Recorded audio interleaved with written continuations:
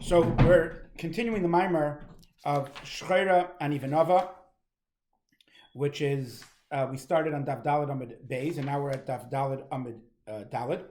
And till this point in the mimer, we spoke about the idea of black flame on white flame, and that's the way the Torah was given, that's the way the Hashem created the world. And we spoke that there's two ways to look at this. There's the way we look from the bottom, from ourselves, up, that what's below is what we call white flame, and what's above, what we don't understand, is called black flame.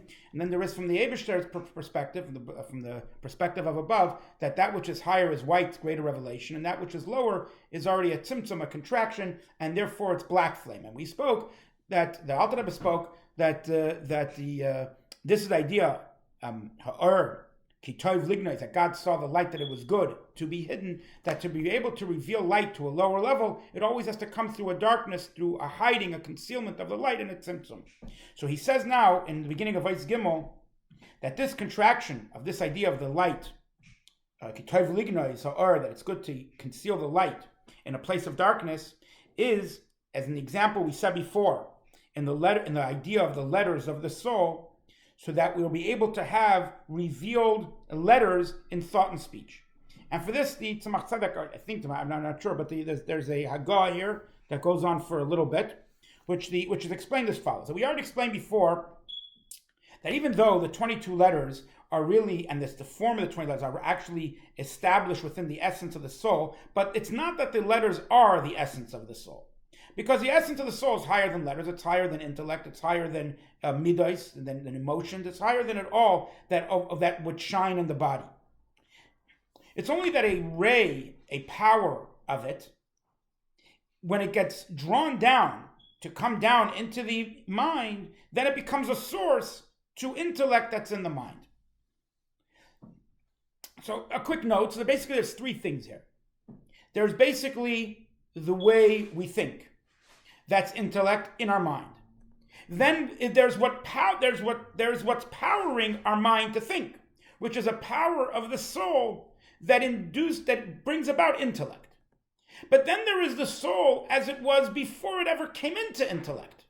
And there we don't even say that it's a source. That's what he says. And when that power is within the soul itself, it's higher than being even a source for intellect.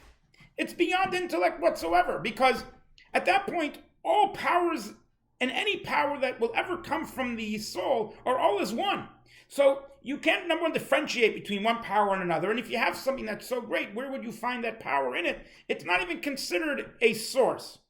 But once it's coming down to become a source, in other words, when I see that it's actually intellect coming from it, which is the lowest level, which is the actual letters of thought or speech, etc., then I see that there was a source. And that would be called the first contraction, as he says here. So he says the same way in the letters, I'm going back inside, the same way the letters that are included within the soul, they are like powers that when the soul comes down to be revealed in thought and speech, then they'll become some type of a form of letters. He says, yet, these powers, even though they're much higher than the letters of thought or speech, still it's a contraction. There's a condensing of the soul to be able, in comparison to the essence of the soul, to even have that level of letter. So he said this contraction is that there could be afterwards an actual letters of thought or speech, which they are more materialistic letters. But that's a second symptom, that's a second contraction. So we have the first one, the first contraction is to have the ability to have a letter. And then the second one is the actual letter that comes. So he says the beginning of this symptom is what there becomes this form of letters without an actual matter to the letter, whatever that would mean here, within the soul itself. So there's an ability for letter, or a source for letter, but it's not an actual letter. And all these contractions are all an example for the fact that good is being hidden within the dark, that it has to come through a tzimtzum, through a contraction to reveal what the light.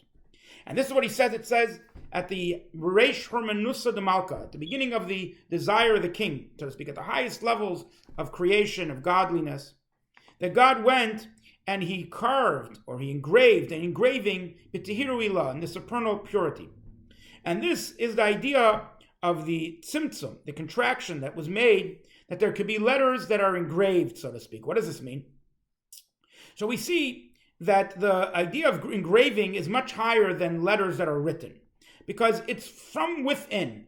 In other words, the idea that we find by the luchos, that it was engraved on the luchos. On the other hand, written letters, the ink is something separate, so to speak, and just darkens or can make a parchment totally black if you totally cover it. On the other hand, letters that are engraved are of the stone itself. Yet, even though they're of the stone itself, yet they make a little dark, they make a shade, they make a little darkness on this bright, precious stone, that when you make an engraving, it gets its brightness gets diminished slightly, as if from compared to how it was before it was engraved. Why? Because in the place where engraved, it's not so clear anymore, it's not so bright anymore, and that's why you could see it as a letter. That's why you see it as an actual a change, and you could see the engraved letter.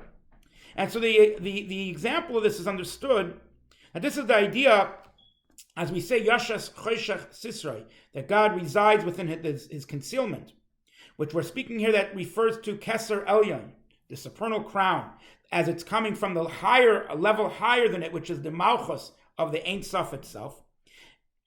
So these are a level of letters that, even though it's still a level of Ein Sof, it's more of a letter of carving that's of it itself.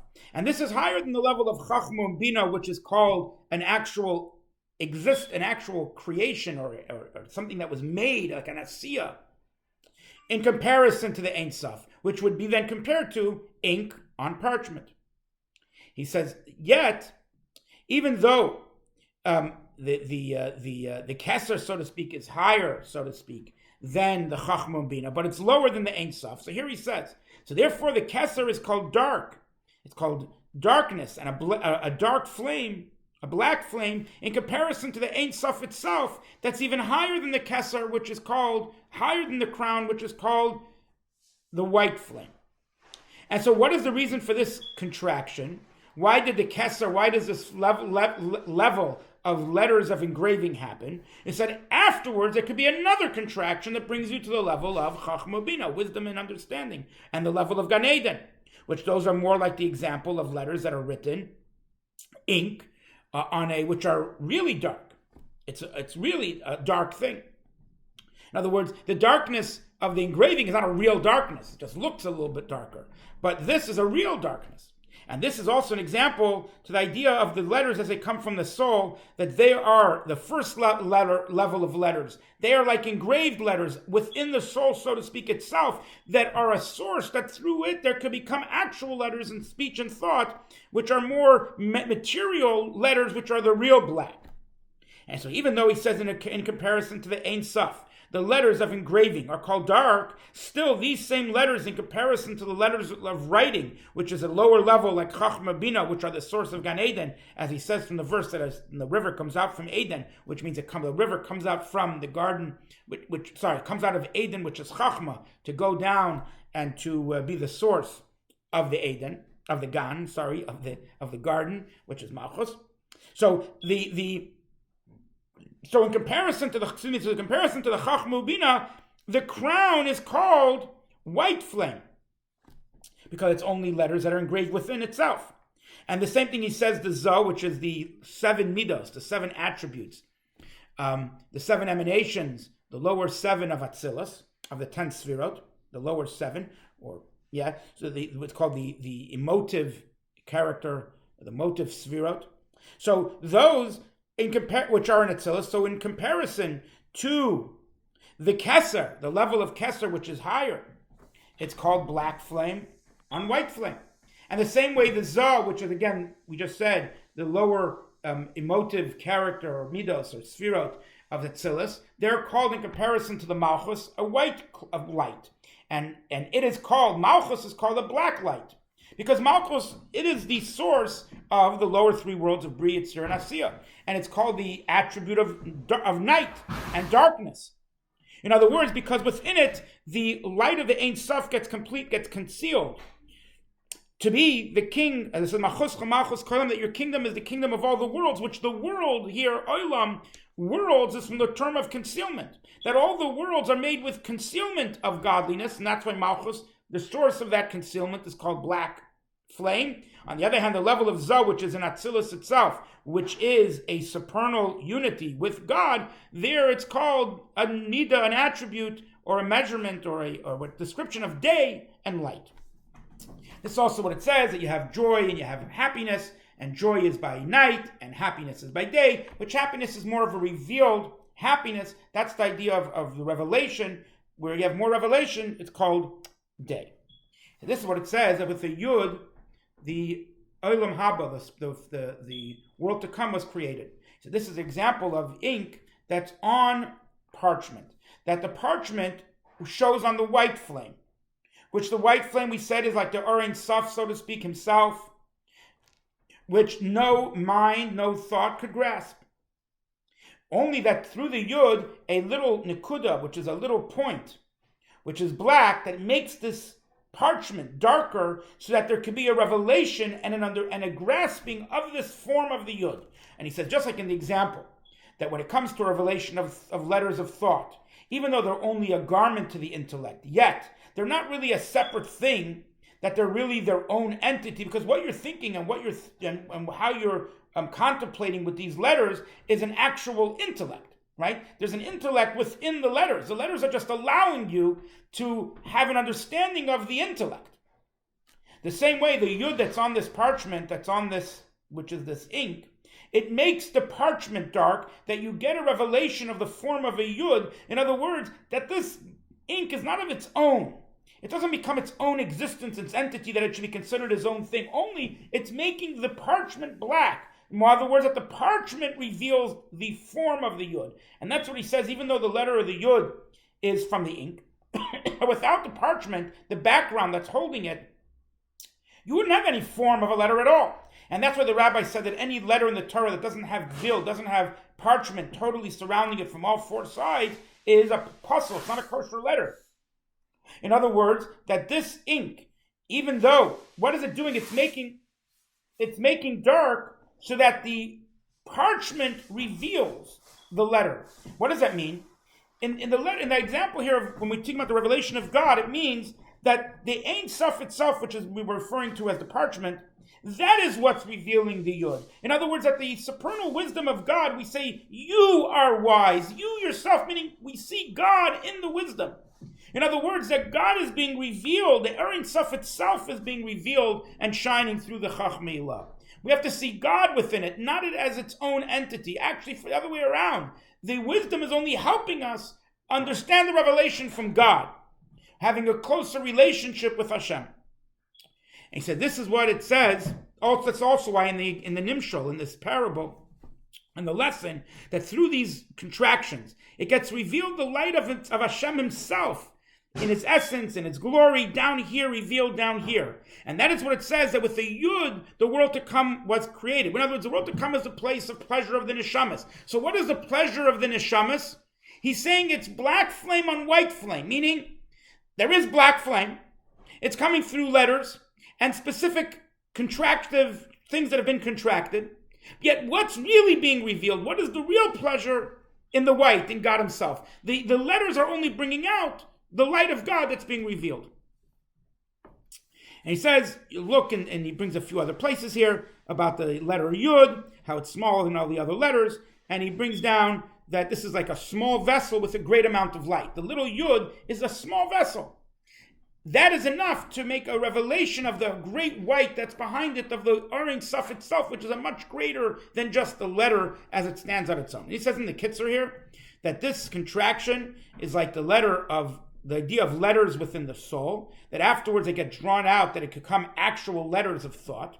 And this is the idea of engraving and writing. And and as we, in other words, even as one thinks with letters of thought, it's the actual intellect itself that he's thinking. The same way, the ink is totally one with the parchment, which is the white that is its backdrop. So the same way in this lesson, through the letter Yud, with which the Olam Haba was created, we get the revelation of God, of Ein Sof himself. So the Alter Rebbe now continues and says, this is why the Malachim that are called Serafim, the Serafim, say Kadosh, they say holy, holy, holy. Kadosh, Kadosh, Kadosh Hashem Tzavos. The whole world is filled with your glory. That is because they grasp a certain, or the light of the Ein Sof, that it is beyond and separated from them, and no mind could grasp them. And they say 3 times Kadosh, connected to the 3 worlds of Bria, Yitzir, and Asiya. And they say the whole world is filled with his glory, that this level of Kadosh, how he's holy and removed, how is enclosed in Hakol, in everything. And meaning to say, as he says here in the Hagah, in the footnote, that just as in the supernal Gan Eden, it shines the light of Ein Sof in a way that the souls can grasp and appreciate the light of the Ein Sof, as we said before, and they appreciate that it's godliness. In other words, the Ein Sof itself is coming through the letters. So too, these angels, which are called Serafim, because they are also in the world of Bria, which therefore there's an understanding of godliness. Therefore they say Kadosh, because they are able to grasp how the light of the Ein Sof is removed from them, and how every single, every revelation of what is coming to them is through this contraction of the letter Yud. But the essence of the light of the Ein Sof is in essence removed and holy, holy from the term of removed, and beyond us, because they are in Bria. And because they are in Bria, which is the beginning of the creation of existence from nothing, therefore they understand that he is removed, he is Kadosh. And the reason for 3 times Kadosh, you could also look in the explanation of the Maimer Va'ato Yigdal, and I believe that there he explains in the Maimer that there are 3 makifim, there are 3 supernal,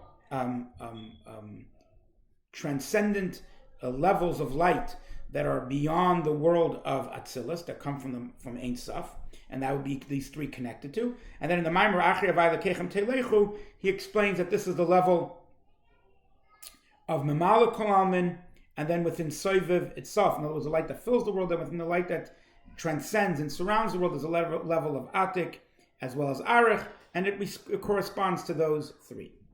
So he says now there's a level of Ofanim, which is a lower level of angel, which they are lower than the Serafim, and they say Baruch Hashem Koimai, that blessed is the glory of Hashem, which glory here means the attribute of the kingship of God. As we said before, the kingship of God, your kingship is the kingdom of all the worlds. In other words, that all the worlds are only letters. And this is what it says at Ubaruch, that it gets drawn and blessed from the level of Soiviv Kolamin, which is the hidden world, and gets drawn down into our world. He said, explain this. He said, because we find 2 levels in angels. There are those angels which are mashpiim. They are, so to speak, givers. They provide sustenance. They're providers. And then there are those, which means they provide all the hashpahs, all the different sustenance for this physical world through the constellation and the different methods by which sustenance is given to our world. And they are the level of Ofanim, which they say, blessed, they say Baruch Kvoid, blessed is God's glory, which Baruch means to draw down. In other words, they should draw down the glory of Hashem from his place. What is Mikomo? What is his place? As we say, he is the place of the world. God is the place of the world, and the world is not his place.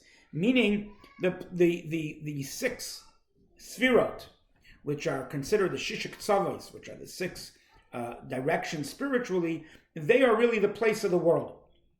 And this is what it says, Baruch HaMakom, blessed is the place. In other words, this is the way we draw down sustenance from above, that the Ofanim bring it down through saying Baruch, which Baruch means again to draw down. But then there's also Malachim, which they are receivers, that they receive one from another, and they're not sustainers, they're not givers at all down here to this world. Rather, they are receivers. And this is the level of the Serafim that we mentioned before that say Kaddish, you say holy, holy, holy. And they're much higher than the level of the angels that are the Mashpiim, the ones that give. And that's where it says, Elef Alfin Yisham Shune, that thousands upon thousands serve you. V'ribu Revavan Kadmoi, and tens of thousands are before you. Kadmoi Yukumun, stand before you. Which, what does it mean?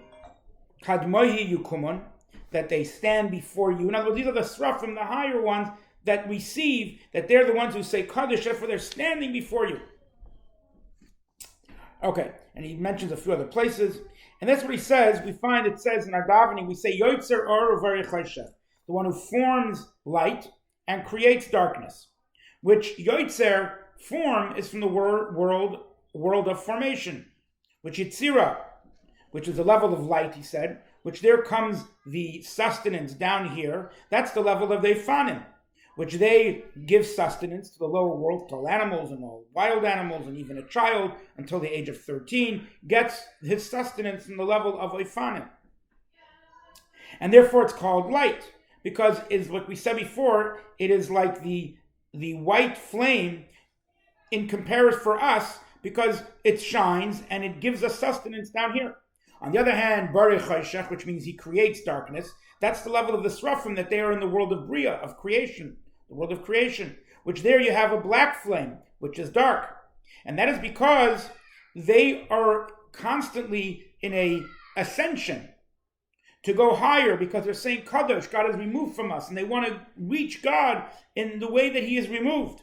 In other words, they want to go beyond themselves, and therefore they're like a black flame, which is dark, which because of what? Because of the ascension and because of the removal, the leaving, which revelation means I'm revealing something, I'm giving something. When I'm removing myself, I'm going into myself more, I'm going to a higher place. I'm removing myself, I'm darkening myself from whoever wants to see my revelation.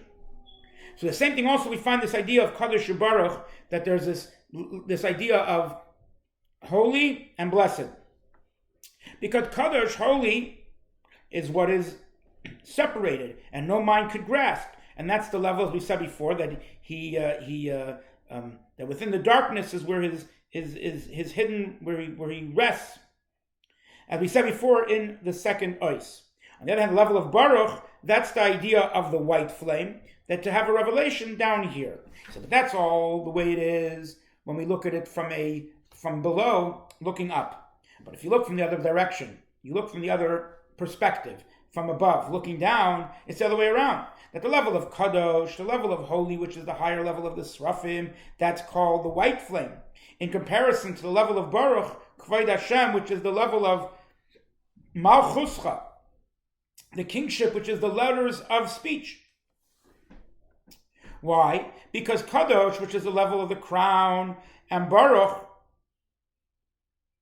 has already two levels. In other words, Kadosh is a level of the crown which is higher. Baruch already has two lower levels, which is Kavitata, which is the lower level of glory, which is the level of Malchus. Then there is a higher level of glory of Kavod, which is the level of the higher Chachma.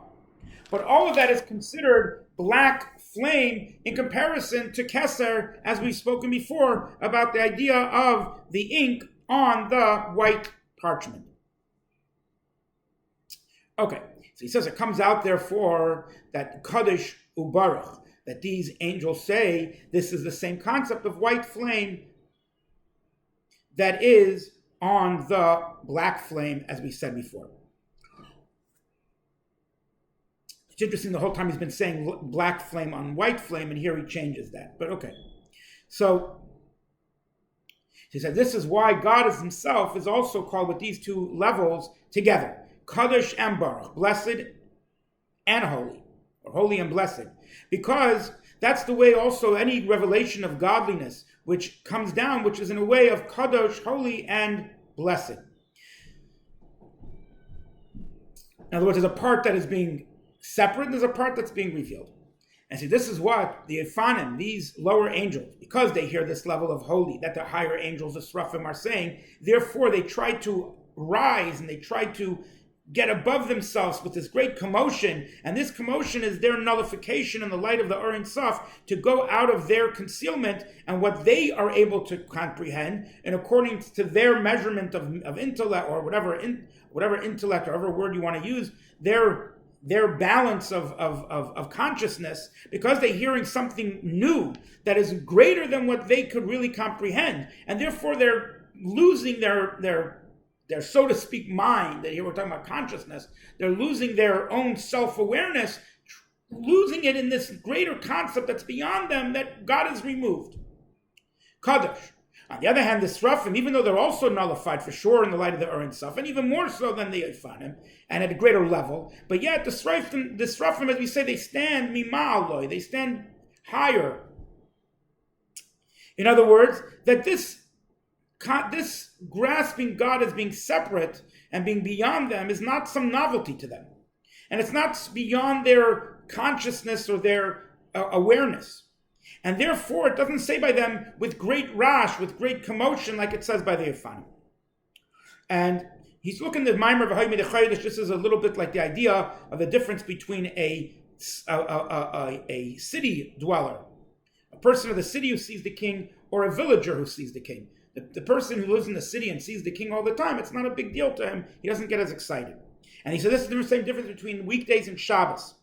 That weekdays are like the lower level, where it's more of a novelty, the recognition of God. And on the other hand, Shabbos is where you see God, so to speak, more in his own revealed self of the Or Ein Sof, as he's removed from the world, and etc. He said, now the Serafim, because their nullification is in a more hidden manner, in other words, it's more inner, it's within them, therefore they draw through this the level of God as he is holy and removed. They're able, what's hidden, they're able to draw it down further, bring it down into this world. But on the other hand, the Ofanim, which their nullification is a revealed, so to speak, nullification. In other words, it's outward, it's external. So therefore, they are able to draw only the level of Baruch, which is the level, which is blessed, which is letters, the level of letters, which is revealed. And you should look in this other mimer, he says, etc., with regard to Chokarev, Uchloyes, Yizamnu, L'shmecha.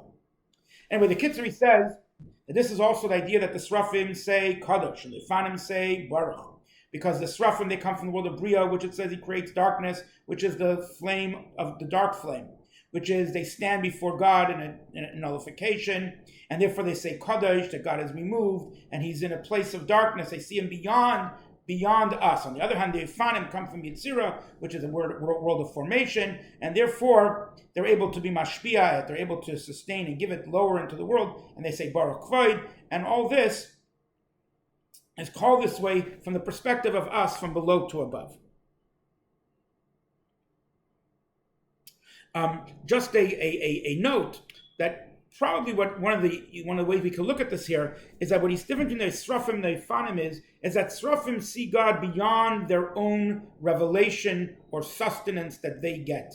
So therefore they see God as being greater than themselves. On the other hand, the Ofanim see God as what he has revealed within them, the sustenance that they have, right? It's more of their own identity or their own existence, and they see it sustained from God. It's almost like the difference between the name Elokim and Yudkei Vavkei. Elokim we see as our power, our strength. And so you see God as the thing that gives you strength. Yudkei Vavkei is that you see God beyond you, beyond your strength, beyond who you are and your whole identity. It's something totally removed. It is your identity too, and you realize that your identity is not really what you think it is. It's really a godly thing that's beyond you.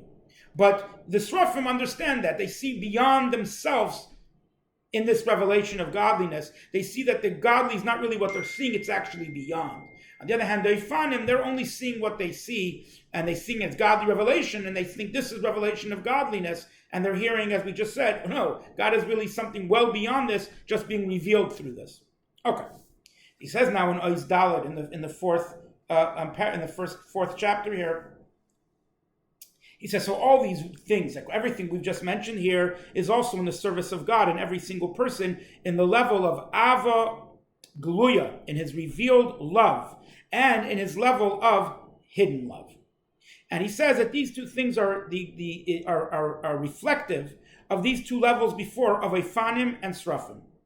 that the hidden love, which is called the black flame, as we spoke about before, about the Serafim, about the higher angels that are called the black flame, only that the neshamas are from a higher place than the angels. Meaning in every world, there are angels, there are neshamas, there are angels, there are vessels, there are kelim.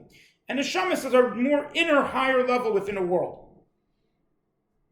So the neshamas, they're also, this inner love of the neshama is called the black flame, the one that's hidden, the one that we don't see. On the other hand, as he says, the revealed love is going to be called the white flame from our perspective. So he says, because the revelation of love comes through the contemplation of the greatness of God, that he gives birth from his understanding a great flame of thirst and fire to God to become totally nullified and to fuse and become one within him to God in his entire existence with total self-sacrifice. So he says when this happens, it's not only because of the fact that you've now thought and have had this contemplation itself that comes from your understanding, some type of love from nowhere, but rather, no. The actual contemplation, it causes that it should draw out from your hidden love that you have naturally within your every person, from something that's beyond your knowledge and recognition, beyond your consciousness, in a way that it's hidden and concealed, that it comes now revealed in your heart through this contemplation and through this knowledge that makes now this flame and bonfire of flame of love burn in a much greater way. And he brings here in this footnote that this is really what he's trying to say, is that this is a proof that the fact that there must be a inner love, a hidden love, because the revelation of love doesn't just happen because you think about something, you start loving it. Rather, when there's something that you love and something that you innerly have a connection to, and now you think about it, you'll get a love to it. So he says that the creation, the making of this love from nothing into something is actually set in the soul, in your person's heart, in the person's soul, and in the essential soul itself.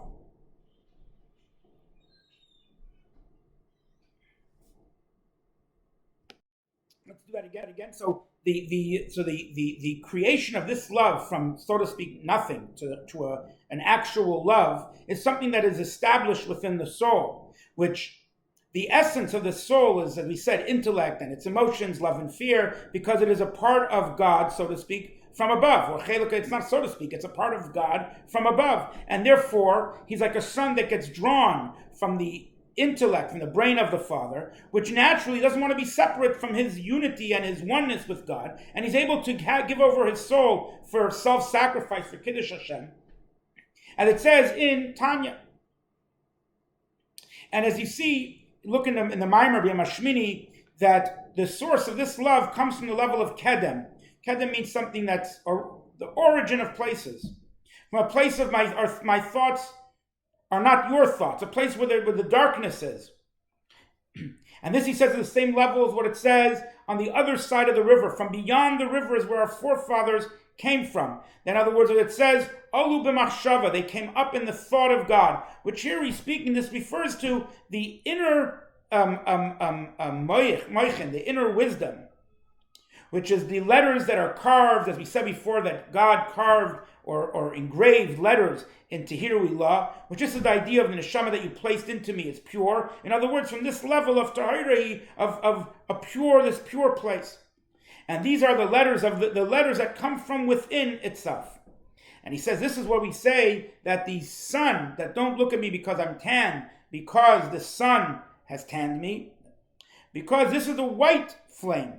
As we said before, that this engraving is with a white flame within itself, only that this engraving is a source for the blackness of the dark flame as we look at it from above to below. And so in order that there should be a revelation in the heart, that it should come out in a revealed way, it's through contemplating in the light of the Ein Sof itself that no mind could grasp in, and this is what the whole order of davening was instituted for.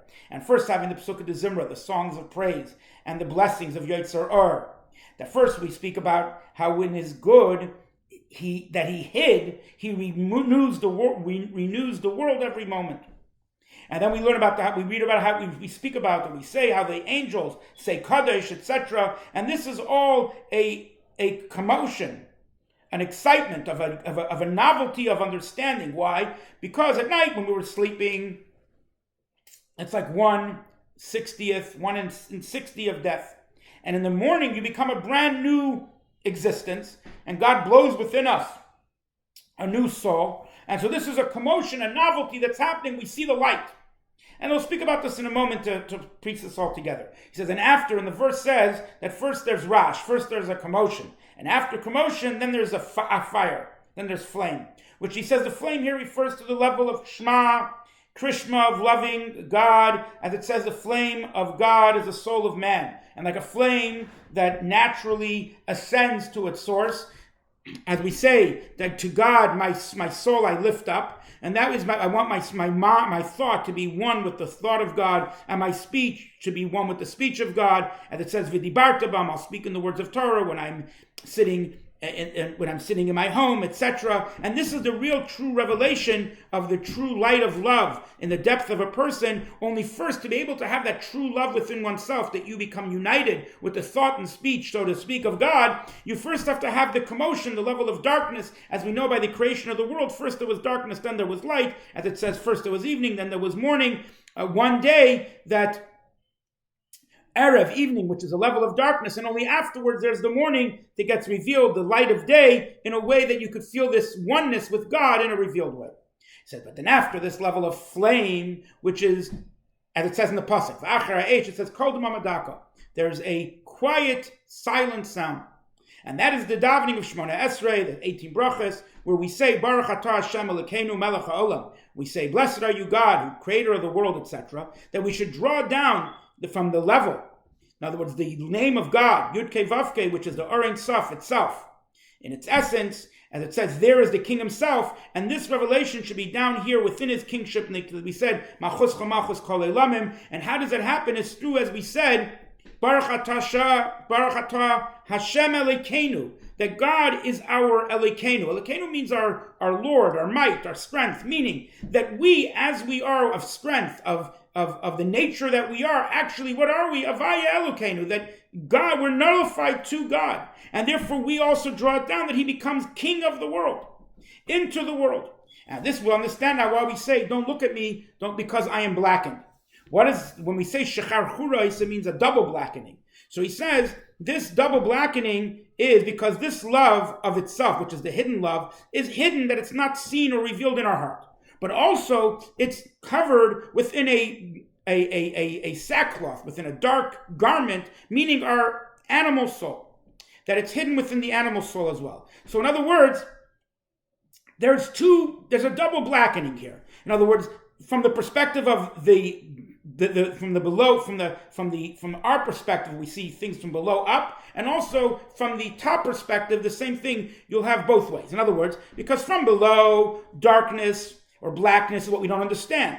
From above, what is called darkness or black is what is lower in level. And therefore you have both of these in this neshama. You have the level of the hidden love, because it's hidden, it's very hidden, and it's higher than our intellect. We call it black flame in comparison to the man. Like we said, Bari Choshech, creation of darkness, something beyond us. And that's the Choshech, the darkness, as we as from our perspective below. And then that which it is hidden and it's covered and it's enclosed within the animal soul, that is the darkness as it is from above. Which that is, it comes down into the lowest of levels. As we say, the darkness covers the earth and the fool goes in darkness. And even so, it says, don't look at me, don't stare at me, because that which it is hidden of its own is because the sun has tanned me. In other words, where does it come from? The sun itself. In other words, the light, the white flame. In other words, that which the worlds cannot receive, and therefore it's better to hide it in a place of darkness. In other words, through a contraction that therefore it could be revealed in the proper way. That's why this love is in a way of darkness and concealment, and it doesn't get revealed within the body. And this is what he says, Iti Levanon Kala, that come with me from Levanon Kala. In other words, that the source of the soul comes from the level of levanon, which means white. In other words, as it drips from levanon, which this is the source of the neshama, which is from the level of levanon. Only it's white, but it's better to be hidden in the level of black flame, and this is the level of yechida of the soul, which in this black, in other words, the yechida of the soul, which is a contraction, there's already enclosed a godly spark within it, as it says on the pasuk, ani amarti lekimach atam, etc. And also look in the pasuk, b'shivri lachem va'afu, and there also it speaks about the level of yechida of the soul, from which our love comes from, through which it inspires all 10 koichos of ours. Okay, so now he says in Shir Hashirim, in the Medrash Rabbah, on this verse, Shchirani, that I'm black, he says that I am black all the days of the week, but I'm beautiful on Shabbos. And so the idea here is that this hidden level, which is called the black flame, that all days of the week it's hidden, and therefore it's Shchirani, I'm black, and it's hidden. But on Shabbos it comes out and it gets revealed from its hidden state, and this is so the same thing on Shabbos. It gets revealed from the world of Bria, that which is called created darkness, as is known from the inner courtyard, which is facing east, which that means before Kadmoyi Yukuman, before God, so to speak. On Shabbos, that gate gets opened. And this is based on the verse where that is. And now that's where the light comes from on Shabbos. And therefore, I am beautiful on Shabbos. And that which it goes into a dark garment. This is what it says, B'nei imi nacharubi, that the sons of my mother, they quarreled in me. They quarreled in me.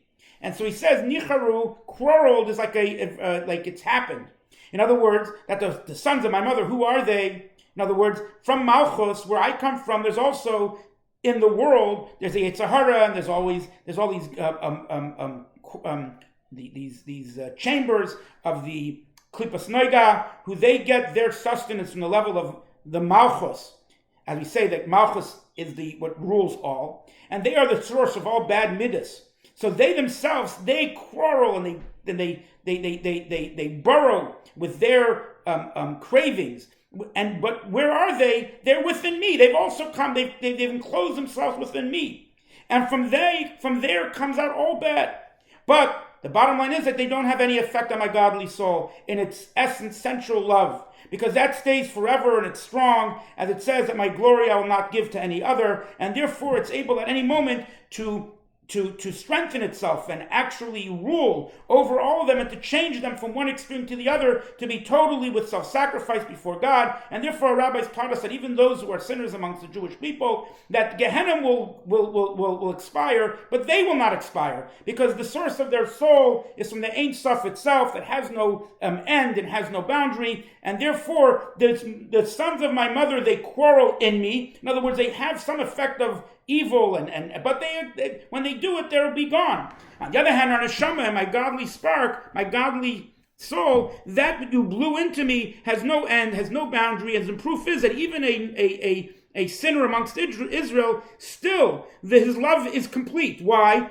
As he says further on in the verse, because Simuni Noitera Sakrami, because they placed me to be a guardian of their vineyards. In other words, all the cravings of the evil inclination to make a Jew sin is that they could get nourishment and they could get some life from the holiness. And therefore, it's the fact that they're trying to get you to sin shows that you still have holiness through which they could get nourishment. That means even though you sin, you're still a Jew. And that actual power of holiness that's still within you has no limit. And therefore you could immediately right then connect with it, and all of a sudden you could overcome and rule within your spirit and change yourself from one extreme to the other. And that's what he says, through that Hashem will bring light into my darkness, as it says in the Maimer Kiata Nevi. And he says also the word necharu comes from the word of like charan, which we see Yaakov went to Charan, which is a place of God's anger, nechar graini, which is the narrow part of the throat, and through tshuva you're able to change charan to rina, to joy. And that means through tshuva, you're able to transform your heart, and your soul gets uplifted to have it that says, V'nava, you'll be beautiful, or ka'ale kedar, like the tents of Kedar, that are beautiful on the inside. And that is what we said almost on the Maimer Knesha Yer, about that we're like the black of the eye, that specifically through the black of the eye is where we have the ability to see. That's where light and sight comes from, that you're able to have ultimately, that we will see eye to eye with God. And then in the Kitzer, he says, and the same way also in a man, there's a revealed there's revealed love and there's hidden love, like these two levels of Ofanim and Serafim, which is commotion and flame. And that is where he says two levels of blackness. In other words, and he explains this a little bit more clearly than one note here, is that the two blacknesses, that the main love is not revealed, only it is dark and it's hidden. And also, it's in the Nefesh Bahamas. And still, don't look at me, don't stare at me, because on these two blacks, there's an answer. On the answer of that I have the black because my, that it's hidden. So that it says because the sun tanned me, because the source of the love comes from the white flame, and therefore it has to be hidden properly in a contraction and a black flame. But on the second level of blackness, that is the idea that it's in my nefesh bahamis. On this he says, this is what it says: the sons of my mother quarreled within me. That looking at that itself, that they're still quarreling and trying to get the holy nourishment from me, that itself I could change and bring from Haran, that from the level of Haran there become the level of Rina and joy, etc.